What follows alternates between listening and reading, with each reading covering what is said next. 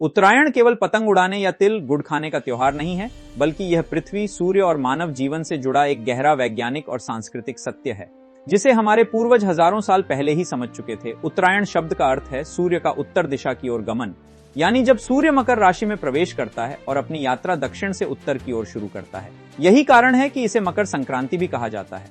ये उन गिने चुने भारतीय त्योहारों में से एक है जो हर साल लगभग एक ही तारीख यानी 14 या 15 जनवरी को आता है। क्योंकि यह पूरी तरह खगोलीय गणना पर आधारित है, न कि चंद्र कैलेंडर पर, वैज्ञानिक दृष्टि से देखा जाए तो इस समय पृथ्वी का झुकाव ऐसा होता है कि उत्तरी गोलार्ध में सूर्य की किरणें धीरे धीरे सीधी पड़ने लगती है, जिससे दिन बड़े और रातें छोटी होने लगती हैं।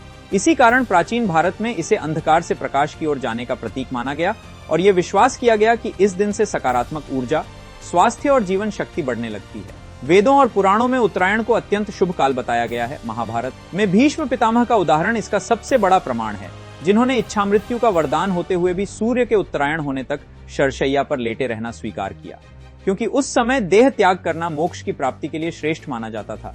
यह केवल आस्था नहीं थी, बल्कि उस समय के ऋषि मुनि यह जानते थे कि उत्तरायण काल में मानव शरीर और मन पर सूर्य का प्रभाव अधिक संतुलित और सकारात्मक होता है। आयुर्वेद के अनुसार इस समय पाचन शक्ति मजबूत होने लगती है, इसलिए तिल, गुड़, घी और खिचड़ी जैसे ऊर्जावान खाद्य पदार्थों का सेवन परंपरा में शामिल किया गया। तिल को शरीर को गर्म रखने और रोग प्रतिरोधक क्षमता बढ़ाने वाला माना गया, जबकि गुड़ आयरन और मिनरल्स का प्राकृतिक स्रोत है। यही कारण है कि तिल, गुड़, घ्या आणि गोड गोड बोला जैसी परंपराएं बनी, जिनका उद्देश्य केवल मिठास नहीं बल्कि सामाजिक सौहार्द और स्वास्थ्य था। भारत के अलग अलग हिस्सों में उत्तरायण अलग अलग नामों और रूपों में मनाई जाती है, लेकिन मूल तत्व एक ही रहता है, सूर्य का सम्मान और प्रकृति के साथ सामंजस्य। गुजरात और राजस्थान में यह पतंगों के विशाल उत्सव के रूप में प्रसिद्ध है, जहां आकाश रंग बिरंगी पतंगों से भर जाता है, जो केवल खेल नहीं बल्कि एक प्रतीक है सीमाओं से ऊपर उठने का।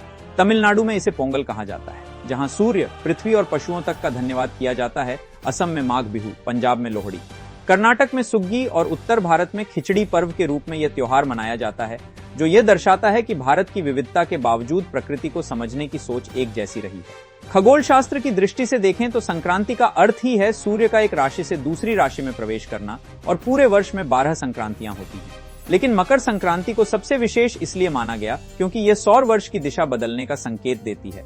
प्राचीन भारतीय खगोलविदों ने बिना आधुनिक उपकरणों के यह गणना की कि सूर्य की स्थिति मानव जीवन, फसलों, मौसम और मानसिक स्थिति को प्रभावित करती है। यही कारण है कि उत्तरायण के बाद रबी की फसलें पकने लगती हैं और किसान इस दिन को कृतज्ञता के पर्व के रूप में मनाते हैं।